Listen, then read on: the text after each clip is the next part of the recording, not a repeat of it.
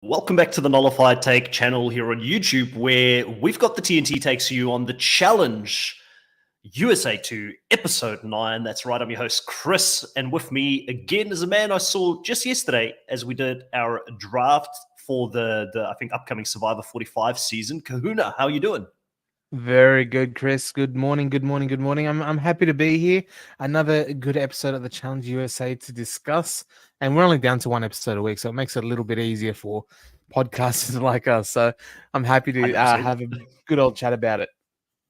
Yeah, I'm so like, again, we spoke about it, I think, last week where we said for podcasters, one episode a week is perfect, opposed to 2 or 3 episodes. But I feel like we're well and truly ready for it. I saw this comment online. I think it was one of the Survivor fan community pages where people were saying, how are we going to survive watching 90 episodes? It's too much Survivor coming to us this season. And I was thinking to myself, you guys have got no idea. If you're an Australian reality TV fan, every single Australian reality TV show gets 3 episodes a week.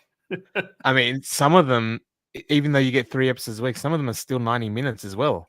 Like they'll go even, like 90 minutes 3 times a week.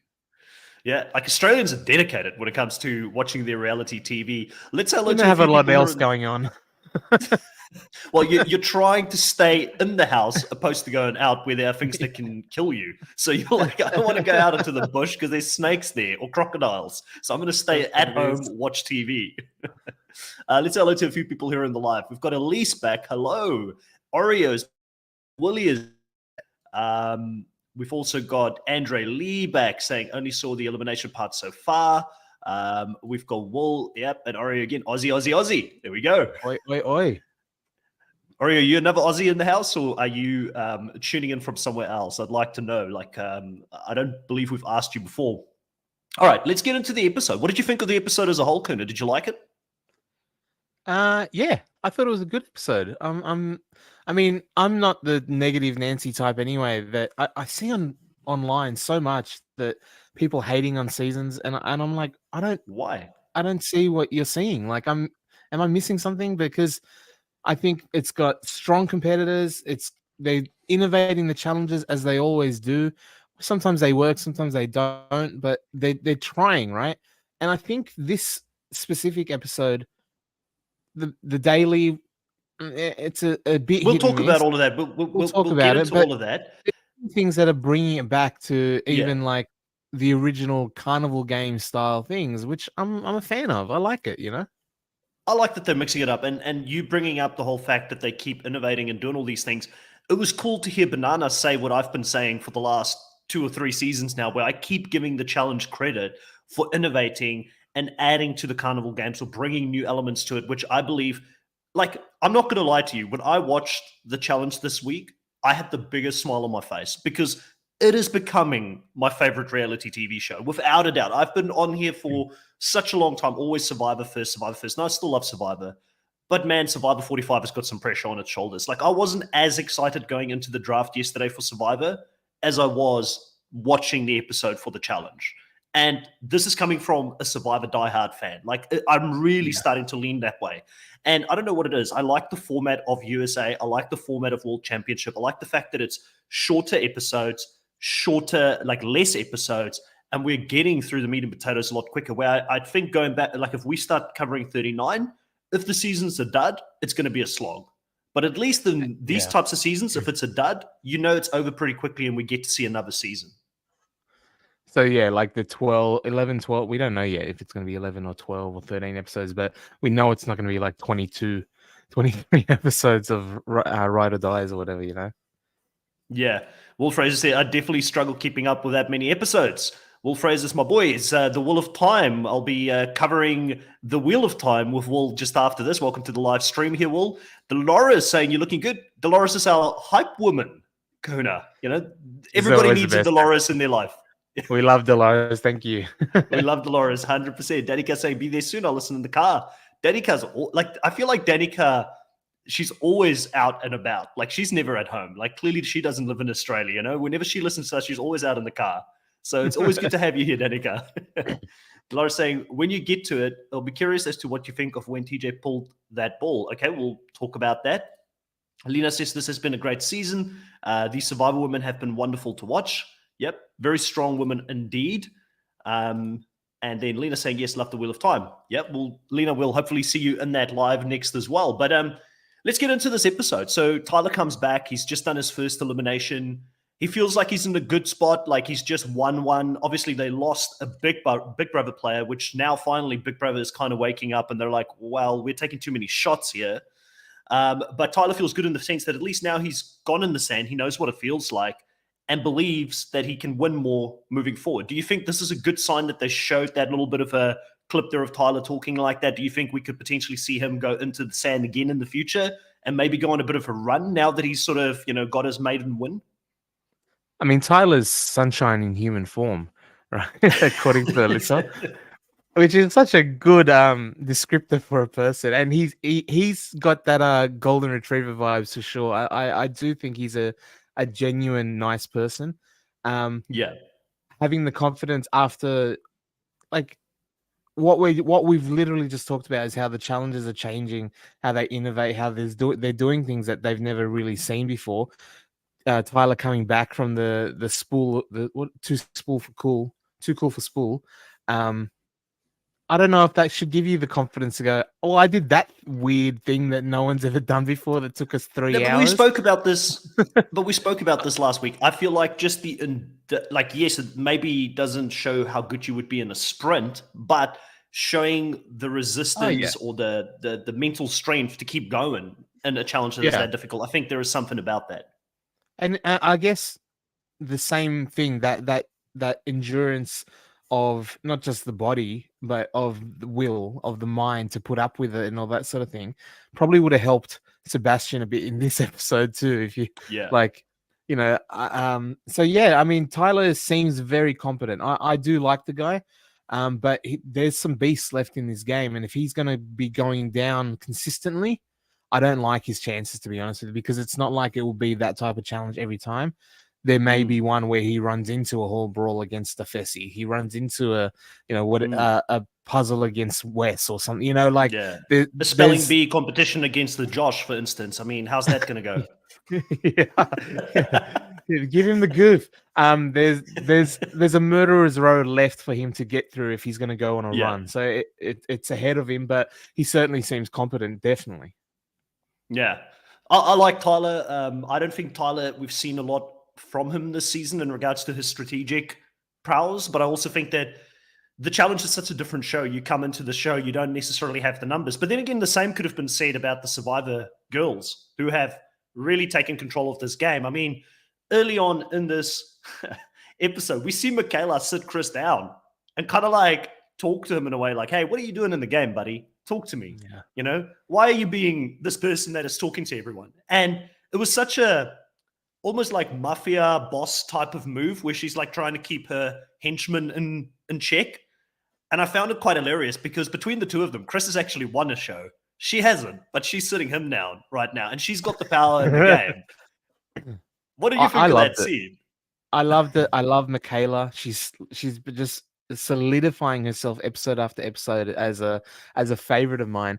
And you know what I got from it? I thought she was really giving Wes vibes. Like she was, I can see her being like the next, certainly physically capable, and when it comes to women, even more so than Wes, but just that strategic, smart, honest, sort of brutal thing. And she said one thing which I thought was so good. Like, and imagine, right?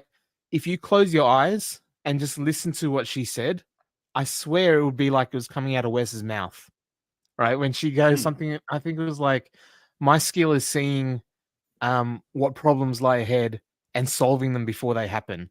Like, you could just imagine Wes giving that as a confessional directive, with the cockiness, the ego about it, and she's kind of feeling herself at the moment because but the big difference Survivor's between yeah. there is a big difference between Michaela and Wes in the sense that when Michaela says it, she says it's stone cold with no humor involved, where Wes always has humor in it. And I feel like when he talks to people, maybe he gets away with a little bit more because he's got that cheeky humor when he delivers it.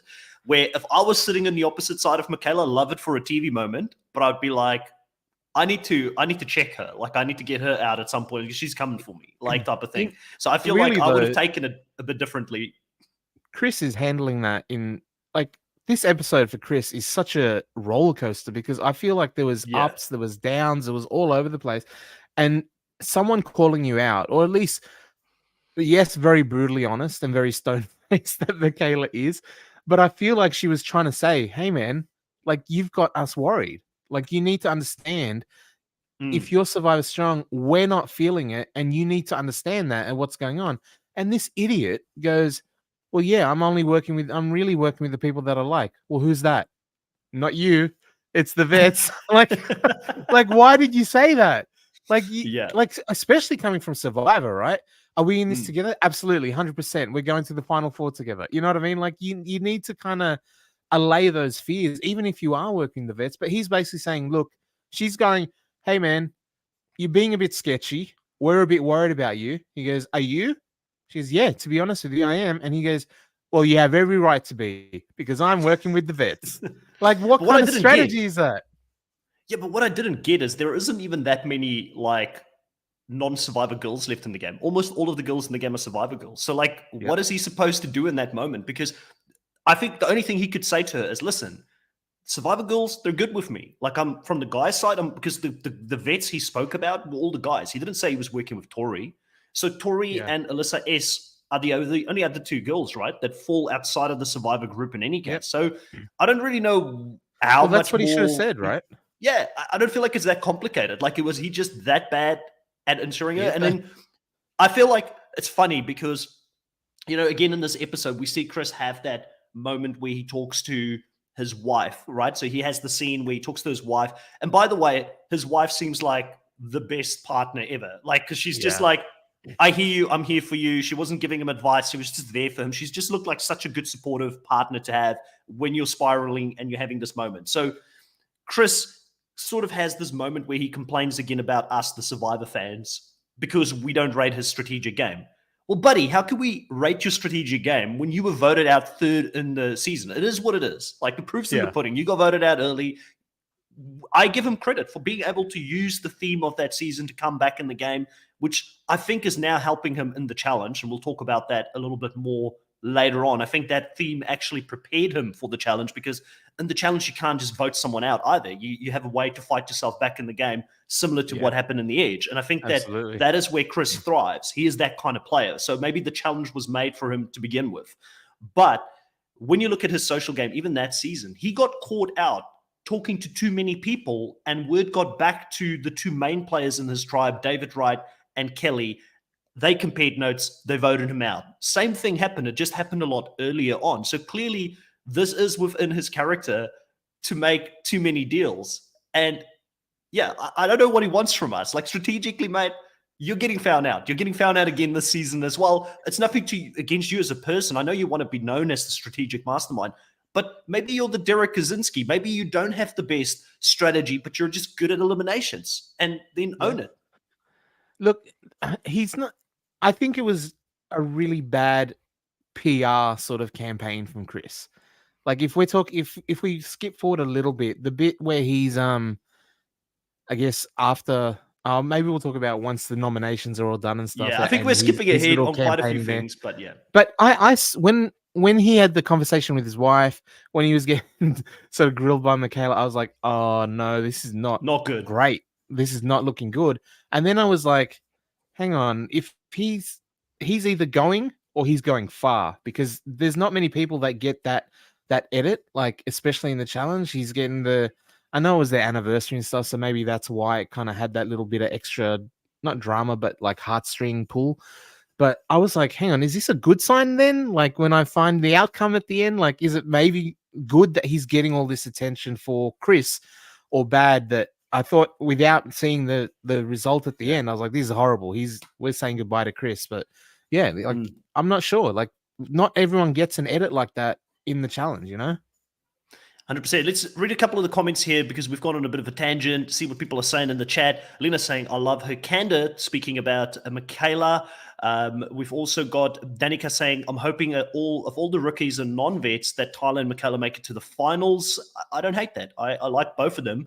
But I'm going to say I'm kind of like Chris has got to support other Chris's. I would say over Tyler, I'd like Chris. I would like Chris to make the final with Michaela because I know he didn't play a good game, but it's fun to watch. Like, it's fun to see him scramble. I actually enjoy it. Yeah, Tyler's got his win already. He's got Alyssa. Like, he can take that. It's a big win. She's cute. So, I mean, well done. Dolores is saying, honestly, I appreciate Michaela. Say it like it is. Willie Lloyd is saying Chris was just scrambling because he was in the line of fire. 100%. And I think he mentioned it. He was getting a bit of PTSD from when the same thing happened to him in Survivor when he got voted out. Like, he was seeing the signs of him losing control, people comparing notes. And I think that sort of had an effect on him as well. Lena said Chris seemed offended. He seemed very pissed. And I think that having that chip on your shoulder, though, makes you so good, Kahuna, when you go into an elimination. When you're like, I've been betrayed. People have come against me. You know, because every time his name gets brought up, like even to Fessy, he was like, I'm not having it, Fessy. You know, like he was really pissed. You can see it on his demeanor, you know? Yeah, it does back him up in that, but I don't know if it does good for the socials and the politics, you know? So no, I don't know about that, but definitely having a little bit of fire behind you when you go into the sand. Dolores is saying, look at the differences. Wes knew he was in line of fire and instead said vote for women, keeping the men on his side. True that. Lena saying Chris' statement reminded me of Nelson's conversation with Amber B. The number ones didn't feel the same about them. Chris is pulling a Michelle from Willie.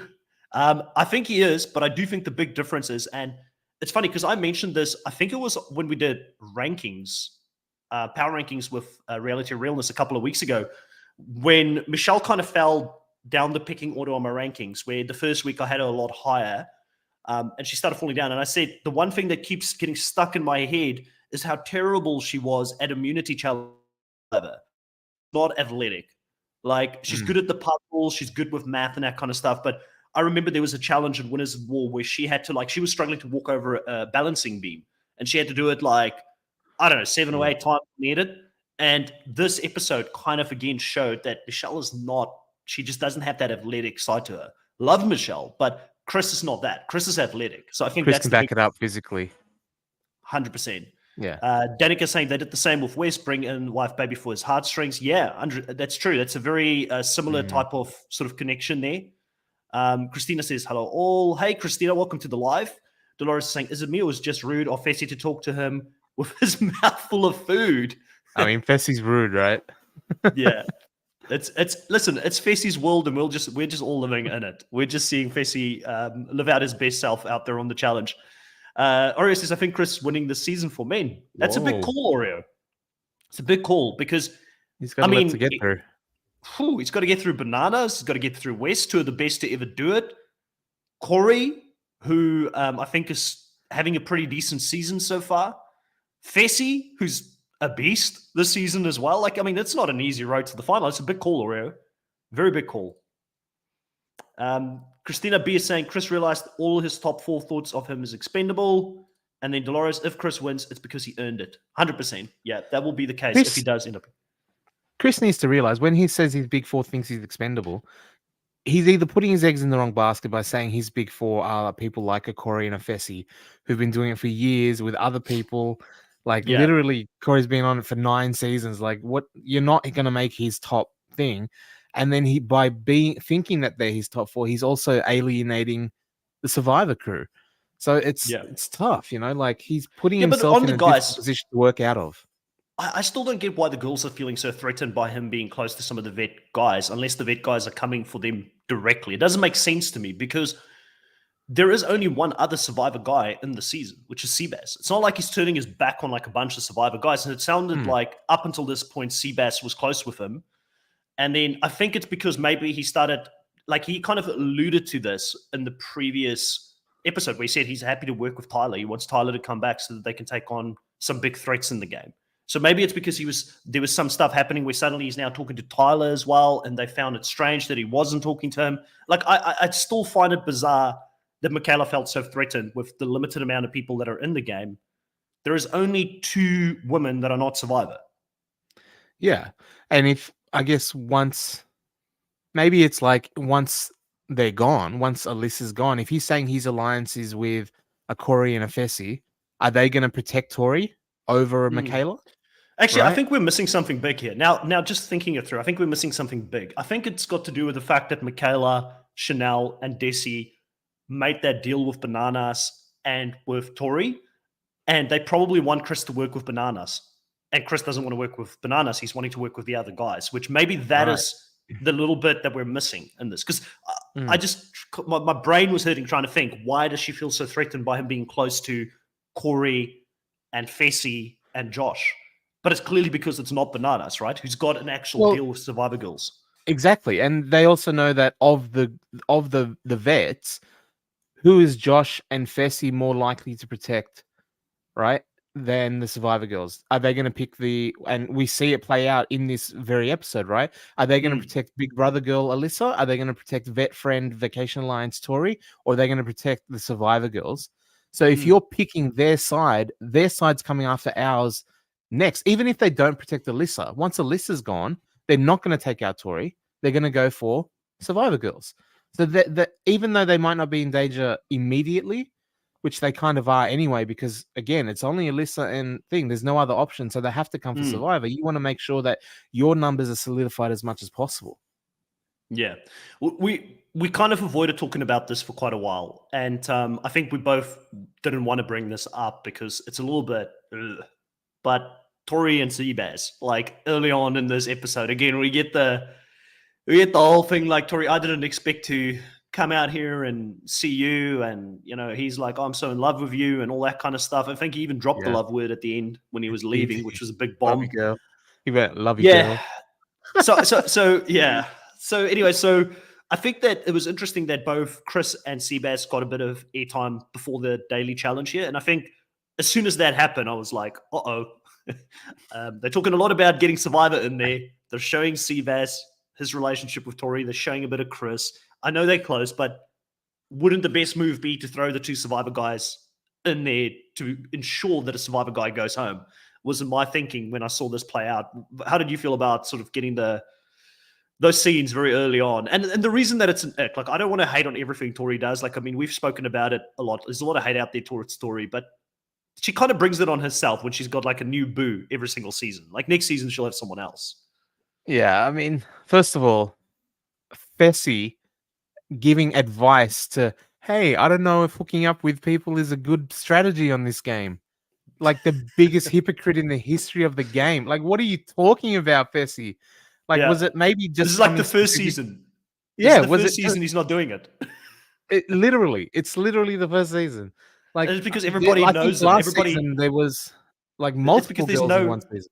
Yeah, but it's because everybody knows this bullshit. Like, because they're all from the same network. Where the last season there were people coming in from overseas. There were like people who are not aware to what he is and how he does things. This season, no one wanted to touch Fessy. I bet you no one wanted to touch him. I think it's also because he's got an actual girlfriend now outside of the... Oh, does he? Yeah. His Instagram is one person specifically, so I think he might be getting in trouble perhaps. But yeah, like yeah, I know. Fessy, of all people, I do think the producers very specifically chose him because of some entanglement with Tori. Like, of all the people in the house to talk about Tori hooking up with people as a bad idea, Fessy is the perfect one. Well, look, wasn't it a good idea for him to get involved with Tori because it guaranteed those callbacks? Like, I mean, Seabass, even at the end of this episode, gets the TJ, I love you, man. I want to see you back. Like, immediately they're like, if you hook up with Tori, that's like your golden ticket to come back and do the show again, maybe. Tori is a beautiful, strong, vivacious woman who is single. She's not tied down. She can do whatever she wants, man. Like I'm not gonna like slut shame her. If you like Fessy said, which is funny coming from him again, when you're in a house like this, it makes it much smoother process when you've just got that comfort of a friend in air quotes, but someone who's Yeah. there with you makes the whole process a lot easier. And I'm like, I get that. And yeah, what's stopping Tori? I'm not gonna slut shame her. She can do whatever she wants, right? Yeah, 100%. Do you think like a lot of people online thinks that Seabass is the Wish version of Jordan? As I've seen a lot of memes with them side by side with the mullet, and people saying he's the Yeah. Wish version. I mean, based on this episode, he's the Timu version of Emmanuel, who was the Wish version of Jordan. Like Hey, Emmanuel showing actually his was pretty decent in strategic this season. genius. Yeah. All right, let's see what people are saying here in the live before we go into the daily. Oris says when Chris win, I wanted to mention during the season's final stream. Okay, very bold on the Chris win. Alina saying Has Ori Cassidy. been spoiled? Has Ori? He's very confident of Chris out of I don't all know. the dudes left. No idea. Cassidy said on the official podcast that she and Seabass were close. They were not as close to the other survivors. Interesting. Chris and Seabass were close. Chris and Seabass were close. So maybe that's also another counterfaction because I feel like Cassidy is someone that people also will go against. Lena also didn't really want to talk about the Tori Seabass situation, similar to myself. We've already brought that one up. Willie says Fessy has hook up with a lot of women like Gabby and Bettina. Yep. Christina, I wish they did a flashback of the four women hopping in and out of Fessy's bed 38. He gave that advice. True. Elise That would have been a good edit, says, for sure. well, I feel like they keep protecting Fessy a lot. Like they're really trying to build him up to like be this mainstay guy for long term. Elise says Tori said on the podcast she also tired of the couples edit she gets every season. She also said she and Sebastian never hooked up on the show. Come on. Okay. That's Okay. why they stayed at the house last week, very specifically. Yeah, when the cameras weren't around, except for the confessional camera. Yeah. Willie Lloyd says Sebastian isn't even close to Jordan level. Jordan can back up his talk. Sebastian can't. Yep. Yeah, I mean, we'll talk about Sebastian and his whole, I think, performance. But let's get into the daily challenge here, Kuna. The daily challenge, they had mini trampolines set up behind a wall. They had to jump on these mini trampolines and then see, I guess, a bunch of numbers, count them all together. It was like a math equation type of thing that they had to do. And then the first three men and the first three women to solve it, running back, hitting the buzzer, they would end up going into a final round. And it was, to begin with, I was like, this is pretty simplistic, but still, I kind of liked it because it came down to the fact that they had to have some common sense. They had to be good with numbers. They had to be able to do the math while jumping up and down. A little bit goofy, a little bit different. But if you count into the effect that there was still some skill involved here, and if you looked at how many people were struggling, we kind of called Seabass out for not doing really well. He was impressive getting it on the first try here and was the first person through. Yeah, like I kind of wish the equations were all different. It might have been harder in confirming who's correct and who's not, but I feel like some of them definitely looked at the board of other people or got the answer from other people because it was all the same answer. It was all 91. Yeah, I liked it. I like the actual start bit, but then I didn't like it in contrast to the second one because I just wish that everyone did the second one because I liked that, like doing the whole challenge, trucks, scary, potential for danger, which we saw. So yeah, it was kind of cool in itself, but then in contrast to the second part of the challenge, I was like, oh, it makes the first one feel really rinky dinky, kind of crappy. Like I don't know how you would incorporate it into a bigger thing so it was cool. Standalone, I liked it. As a daily with the full picture, I was like, Yeah. oh, the first bit was a bit more of a letdown. I wish I saw more people doing the second part. I actually quite liked the way they did it this time around by having less people go into the second one. And the reason I kind of liked it was because normally when you see the truck challenge, there's too many people to try and keep a track of. And it's hard to know like who's doing well, who's not doing well. You kind of forget what people are doing. I get like you as a competitor being out there, I would have been pissed off that I had to do the first one and I couldn't do the second one because the second one looked more fun to compete in. But I think as a rather viewer, than just the exercise camp. yeah, I mean, it's been a minute since I've been on a trampoline. I'll say that much. Like, I mean, who's got like a spare trampoline in the backyard that they practice on for the challenge? You know, I don't think many people would have that. But My kids would kill that competition, by the way. yeah, yeah, I feel like that's kind of when you do a lot of trampoline jumping is when you're a kid, not when you're a grown up. So it's Well, like we've got one in the backyard, which I'm obviously not going anywhere near if I want to stay not yet, alive, not yet, ankles but maybe in a intact. year's time. Maybe in a year's time, Kuna, you're going to be on Yeah. there, you know, But my practicing for the 5-year-old would Challenge do Australia. flips. My 5-year-old would land on his back and land on his head. I'm like, oh, did you just break your neck? He's like, I'm good, Dad. Yeah. Okay, keep going. I'll Listen, fall off. They fall off the champ. My 2-year-old, or he's not even 2, he's 19 months old, climbs the ladder by himself. And I'm not sure if I'm going to get Child Protective Services on my back for saying this, but I let him climb the ladder because I want him to learn how to build gross motor skills and learn how to negotiate obstacles in the world. And he gets up there and he jumps and he runs around. But the other day he just fell straight off it. I was like, oh my gosh. I picked him up. He's like, I'm okay. I'm like, good. Go back up there then. Yeah, I was a wild child as a kid as well on trampolines. I think my parents, like a lot of the gray hairs, I'm responsible for it when it comes to things like trampolines or jumping off high places and things like that. Like I definitely had my fair share of that. But let's talk a little bit about who made it through. So Josh, Fessy, and Sebas, they're the men that actually make it through. So Chris feels somewhat comfortable with that because those are also, in his mind, his boys that he's working with. Michelle, Chanel, and Tori make it through for the women. Michelle didn't do well in this at all. I wasn't surprised, like I said, watching Survivor, just knowing how uncoordinated she is in certain challenges. I wasn't surprised not to see her do well. Chanel was a big shock. Just like Desi said, she's actually doing worse than Michelle in this challenge, which is a bit of a dig at both of them at the same time here. I was very shocked that Chanel was struggling. And then Tori, I mean, listen, hate or love her, the girl is eating. She is eating right now. She's winning like 6 out of 9 daily challenges this season. That's filthy. That must be getting pretty close to a record for the season. Like, that is filthy. There needs to be less and less of those haters. When you say lover or hater, there's got to be less people who hate her because she is absolutely dominant.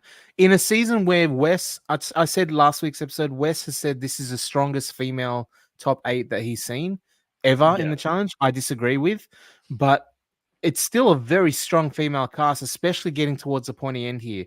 The 3 or the 5 Survivor women, I guess, but really 3 Survivor women is a very strong cast, and Tori is dominant in a strong female cast. Like, that says a lot, you know? No, Adrian, I never tried competitive trampoline sports. I didn't even know that was a thing. But Well, Danica is saying that apparently Fessy does it on ESPN. He's a professional or semi-professional slam ball player. I love slam. Do you know what slam ball is? No, I don't. Slam ball is a game of basketball where there are trampolines on the court. So it was popular years and years ago and got banned. Actually, I do know now. I've seen highlights of it. Yeah, it got banned years ago because there's so many broken ankles and things like that, right? Like, it looks seriously insane. Like, they will jump from 20 feet out because it's all and dunk, and then someone blocks and gets it. So it's a great sport for like the spectacle. Fessy plays that now. He's like a legitimate player. So when I saw the trampolines, I was like, oh, I did that like Leonardo DiCaprio meme where he points at the screen when he gets excited. I go, he's doing slam ball. He's gonna win this. Like, I knew immediately. Yeah. He knows the timing of trampolines because you have to time when you're gonna dunk and when you're gonna block and when you're gonna jump. And trampoline. And also he's got his height. Time. Yeah, he's got his height. He nearly doesn't have to. He nearly just basically has to like lift his arm, and he could pull a flag. Like, he's so tall. Like, well, that was the thing. The first challenge, they adjusted the trampolines for height, which is the first time the challenge has really done that, taking a leaf out of Survivor book, making it even or equitable. But in the second one, there's no adjustable trampoline on the truck, so like people like Chanel are jumping on this trampoline just like Fessy, who can just reach up and grab it. So. Yeah, they need to look at that as well. Yeah, that's a bit sting. Willie also says the daily was good and Tori almost hitting her back and still winning is amazing. Deserves credit for that. It looked super dangerous the first time I looked at it. I was like, Yeah. I don't know if jumping on a trampoline on a moving truck, Moving truck. like, how did this get past like safety? Like, do they have a safety team? No, I don't think they do, because like I feel like anybody that was part of like a safety and QA team would have looked at that and said, like, listen, there's too much risk. We don't have insurance to do this. Like, how did this actually make it onto the freaking show? But yet it was fun to watch. But I did feel for her when she landed on her back. And again, you said that there should be less people hating. I believe she should embrace it, which I think she is. The more successful you become in life, be it the challenge, be it work, be it anything, you're going to get haters. People are like, I bet you we already have our haters, I'm sure, for the TNT Kahuna. But when this channel hits 20,000 subs, Do we? there'll be more of them. There'll be more of them. I'm sure there are people out there who's like, this bloody Kahuna and Chris talk a big game. But if they were out there, Josh would slam them in a hall brawl. Is basically what people are saying behind our backs, you know? So we all get our haters. The more successful you get, the more haters you get. That's just part of life, right? Yeah, it's true. It's very true. Let's have a look more at what some of the people are saying here. Elise says they did slam ball on a season of Champs versus Stars. You know what, Champs versus Stars, I've never really watched. Did you watch any of the Champs versus Stars? Because I need to go back and fill that blank spot in for myself. Yeah, personally. I've watched them all, but it doesn't sit at the front of my memory banks, if you know what I mean. Like, as far as the individual challenges go, I did watch them all, and it was fun because it was the challenge and stuff. And I think we should have got more people from the Stars side to actually cross over, at least one or two of them. We got Lolo, which I was actually pleased at the time, but Louise definitely should have made a showing, maybe even Casper. But it's good. It's a fun show because it's easy, it's short. Like, you got the CT versus TO blow up, which is great. So yeah, there's some things in there. I like it. Pete says, goes to show why Tori and Desi are the only competition to worry about this season. Desi, she's kind of like falling off the radar a little bit. Like, yeah. she was always like second or close to winning in the previous season, but I don't know. She started strong, and she's still, like, strategically, I think she's in such a strong position. But at this stage, I gotta say, I just don't think anybody can stop Tori. Like, Tori is dominating. Like, she's done finals before. Like, I actually feel like Tori is on a league, and I love Desi as much as everybody else in the live, but I'm just not seeing it yet, Kahuna. I'm not seeing it unless she's waiting for her opportunity. Yeah, But she did have one episode a while ago where I said, I'm seeing like a winner's edit here for Desi, and then it fell off a cliff. They didn't continue it at all. So I don't know. I do think that, looking purely on paper, statistics wise kind of thing, she would be the only challenge, or her, Michaela, maybe Chanel, are really the only challengers for Tori. There's 4 women in this game, I think, if it comes to a final. And once you get there, does she have a chance? Absolutely. Well, so she's not being dominant, and she maybe because she doesn't need to. Like, Tori kind of is the last woman on the vets, doesn't have a real big women's alliance behind her. And we know that in the game, when it gets to the individual stage, the women are trying to make sure that there's strong men. So they're not going to be protecting her. So she has to win out, and she's performing really strongly because she kind of needs to. She's got her back against the wall this season, Yeah. And again, I know I'm a broken record when I say this, but this is why I love strong new blood coming into the game, because it's forcing the vets to play a better game when they're out there, or a stronger game as well. Elise says, as soon as I saw that challenge, immediately knew people were going to get hurt. Yep, I agree. Danica saying, Tori said on the official pod, they asked their measurements before the competition. So I think that they did have it tailored a bit for their size. I think especially in that first one, it was quite evident, as Kahuna said. Yeah. Alina says, like an idiot, Seabass selected Fessy to go last instead of first. Yeah, because whoever was first could choose. And Fessy had that whole thing about, well, it's always good to be the last one because you get to see where other people fail and make adjustments to it, which that's just challenge 101. But it shows that maybe Seabass isn't this most strategic thinker out there. People didn't know. I heard that the order we saw was not the order they actually went in on the day. It's possible. They possible. I mean, they do that all the time. Yeah. But Fessy had the confessional saying, I'm last. And this is why I'm going to dominate being last. Natalia, thank you so much, saying I'm sure you guys would rock socially in the game. We appreciate that. We've got another hype woman in our corner here, Kahuna. At least 2 of them. Yeah, I'm good with that. I need as many as I can get. Well, I wish Chris and Kuna lots of haters, aka success. I appreciate it, Danica. Yeah, that's like when you get the haters, that's when you know you're being successful. You know, you're starting to do things right. Doris says, hi, best snack. Yeah, you haters in here. How could anybody hate you guys? Thanks. Elisa, oh my God, you just Total hype didn't woman. watch I the love Chance it. to Star season with CT and TO. It was amazing. I saw the highlight of CT and TO many a times, and it looked funny as hell. But I'll go back. I'll make sure I go watch it. There's 2 seasons of that, right? Champs vs. Stars. I believe there was or 2 offshoot 3 seasons that are 3. All right. Jeez. Yeah, I got think a bit of maybe work to do. 2. Because there was Champs versus Stars, and then like Champs. They changed the name slightly, but same show. Yeah. Dolores saying she can't wait to see House of Villains. Bananas is in there, and he had the banana smile. Can't wait to see it. Yeah, but I mean it's interesting with so much TV going on now. I'm going to be honest. I don't know if I'm going to get there while it's live. I might have to circle back and watch it at a later stage. Obviously, Johnny Fairplay is on there as well, so it'll be interesting to see how he does on the show as well. I believe Johnny Fairplay dated a previous challenger at one stage. I'm trying to remember. Was it Katie Cooley? I believe he dated for a while. Okay. Yeah. So maybe there's a connection there as well. So yeah, okay. So where were we? So we get the winners here. No surprises. Fessy and Tori winning, and they've kind of got. It's interesting because this time going in, Tori is not in there with an ally. It seems like they're both vets, but they've got very different people that they want to protect in the game. Because Tori is trying to stay true to the Survivor alliance that she's created, but Fessy is saying we've had enough Big Brother players voted out of the game, no more. So certain people are off for me when it comes to that. And he kind of manages, by process of elimination, he kind of manages to save both Alyssa Snyder and Tyler in this situation, which was pretty impressive that he was able to get Tori to turn against her roommate and Cassidy, put Cassidy up, and then for them to go to Chris, because Seabass was obviously not going to be an option for Tori. I think it was pretty impressive. I feel like Fessy, where I said Tori had the best out of Bananas and her within the deliberation part of the game, I feel like this time Fessy kind of won the battle a little bit here. Yeah. I mean, he didn't by the way, again, Fessy being Fessy, the first thing that he sort of says is, what if we throw in Western Bananas? Right? Like the very small bit, but I'm like, immediately he goes down that path, I'm like, freaking Fessy, man. He does.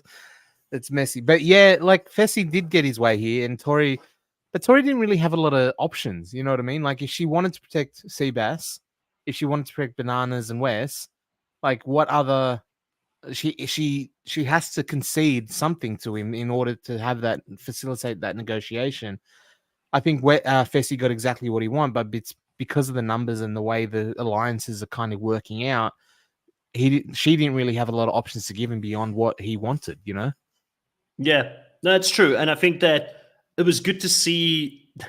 It's good to see 2 people sitting in a deliberation room that normally would work together in any other season, having very different ideas of how the game needs to progress moving forward, because that would normally be such a tight alliance this season. And I think that's what's interesting with this new dynamic and the new alliances and the new people coming into the game, to see a little bit of different gameplay there between them.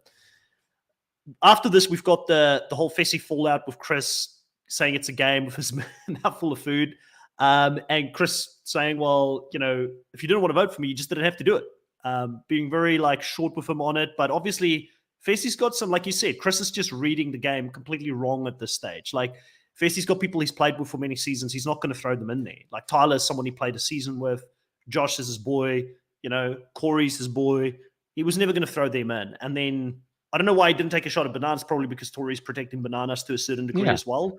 Yeah. So he really was strong-armed to go that way. And even if he presented it, like I know he said he wanted to go for Bananas, but if he said to Tori, how about Bananas, and she protects him and says no way, then that gets out, right? Bananas is going to know that Fessy did that. Like, I don't think Tori is protecting him there from Bananas as far as what he said.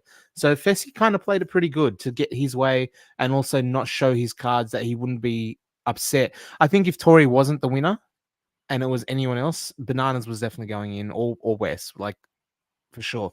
But Tori being there added that level of protection, and Fessy got second best outcome, really. Yeah.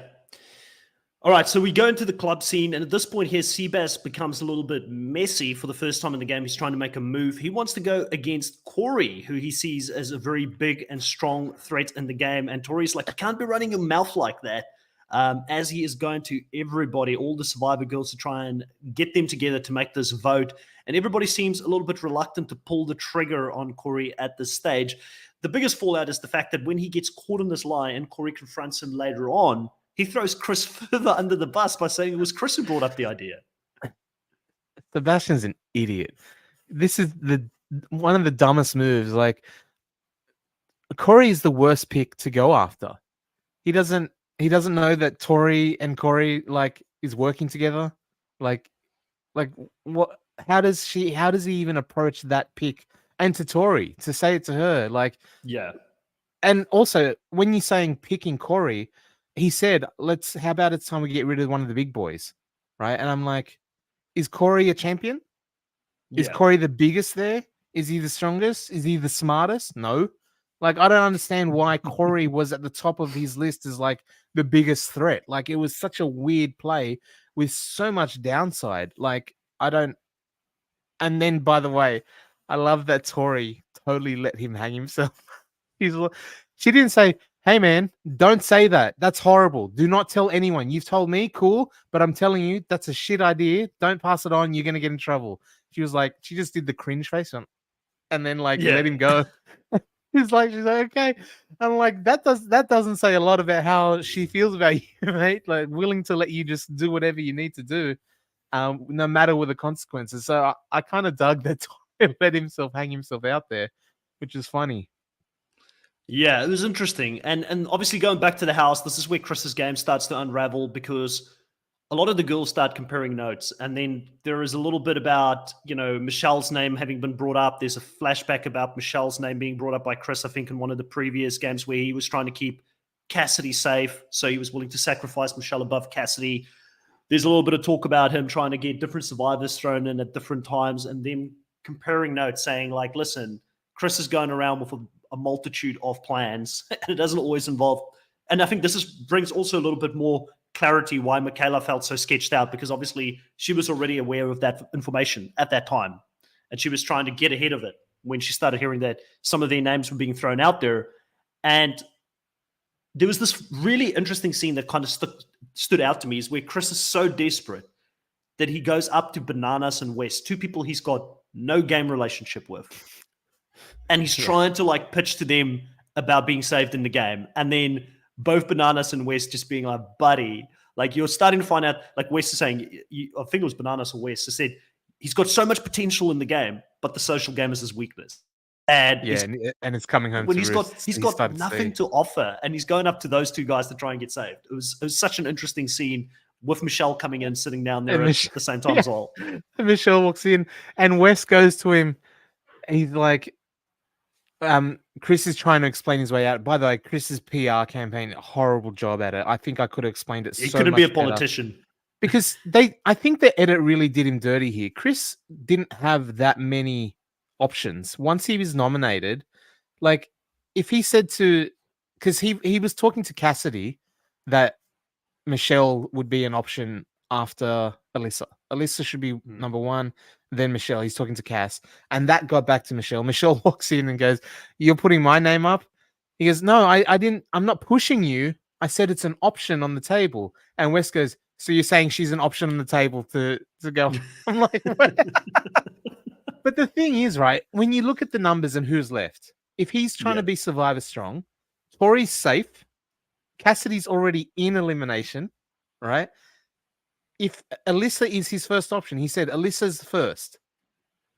The next option would be Michelle. Like, there's literally no one else unless he goes Michaela. He's never worked with her. There's no game relationship there. But also Michelle, out of all the Survivor crew, has been the one that has that hazy grayish, like, linking with the vets. She's been the one that's been playing it a little bit shady and not quite as Survivor strong. Yeah. So it's definitely the right pick to say that Alyssa's first. Easy. Alyssa is big brother, but the next option should be Michelle. That's not a bad thing to say. edit like made him look like he's spiraling out of control and blah blah blah. Like he didn't have a lot of options. So I just think he did it dirty and he didn't explain himself properly. If he said to Michelle, "Look, listen, this is the way it is," I said, "Alyssa, Cassidy's already in elimination. Tori's safe. It has to be a Survivor girl. I'm not betraying Survivor, but Alyssa has to be the first option." And if he could articulate it well, he may have saved himself a little bit of bother, but the edit definitely made him look like he's doing a horrible job because I think he did. So, yeah. Just go back to the live here. Pete coming out saying, also sorry if my typing is crap. I've been drinking to celebrate my cousin being cancer-free for 10 years, but I made it back for this live.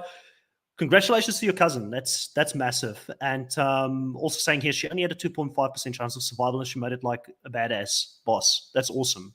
Really, really big good news. Congratulations on that, Pete. That is awesome to hear. And your typing is making total sense. So type away.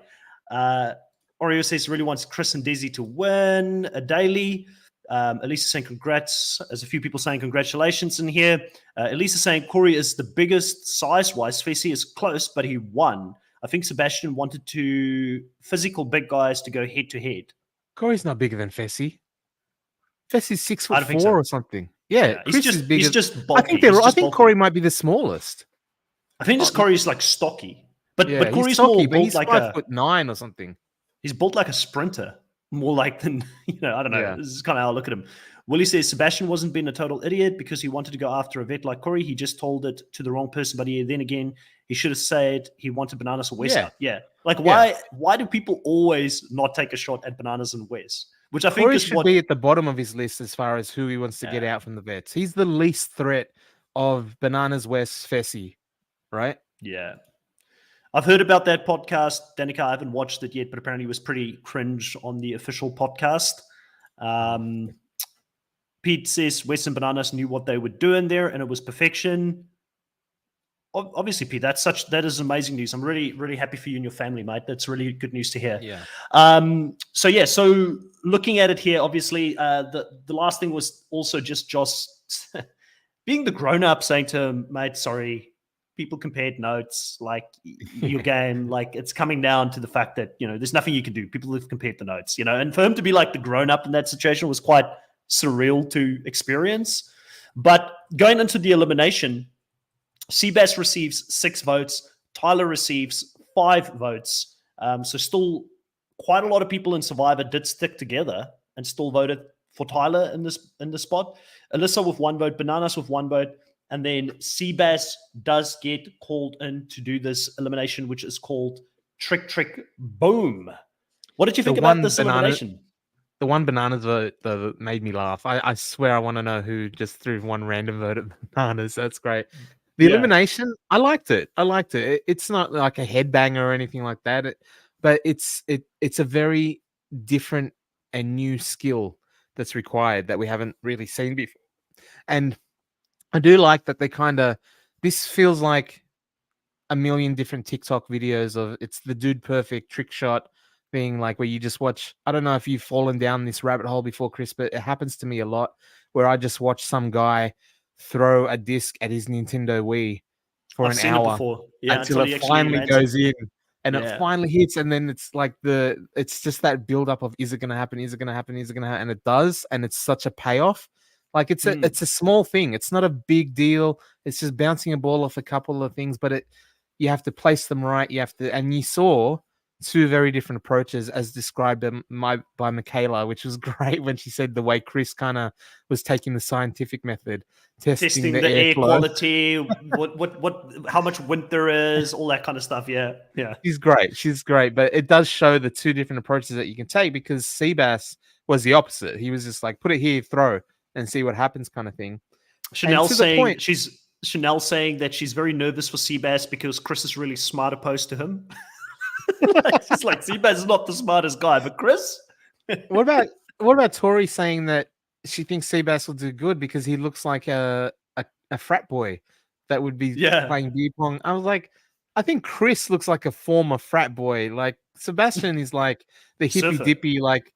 Yeah, surfer. Like he's probably, if he was at uni college where there are frats, he's probably doing the hacky sack hippie guy in the thing, not like getting drunk and playing beer games. You know what I mean? Like, I don't know. I don't know. I was never a frat boy, so I can't judge. You know, We don't I even can't have them judge. here in Australia, so No.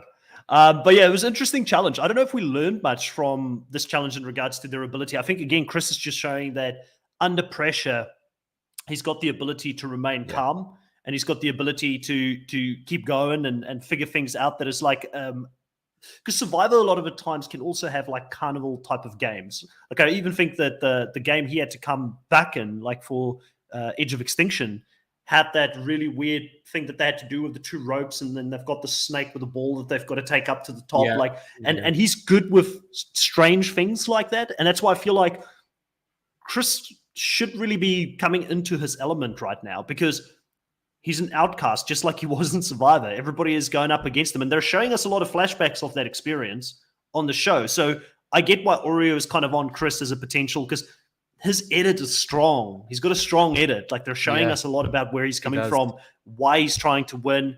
But then again, they've also shown Nelly wanting to win for his mom so many times, where he came from, being a problem child at home. So you just never know with the challenge, man, because they could be trolling us the whole time. But it they're also definitely showed. I mean, it also showed the opposite for Sebastian.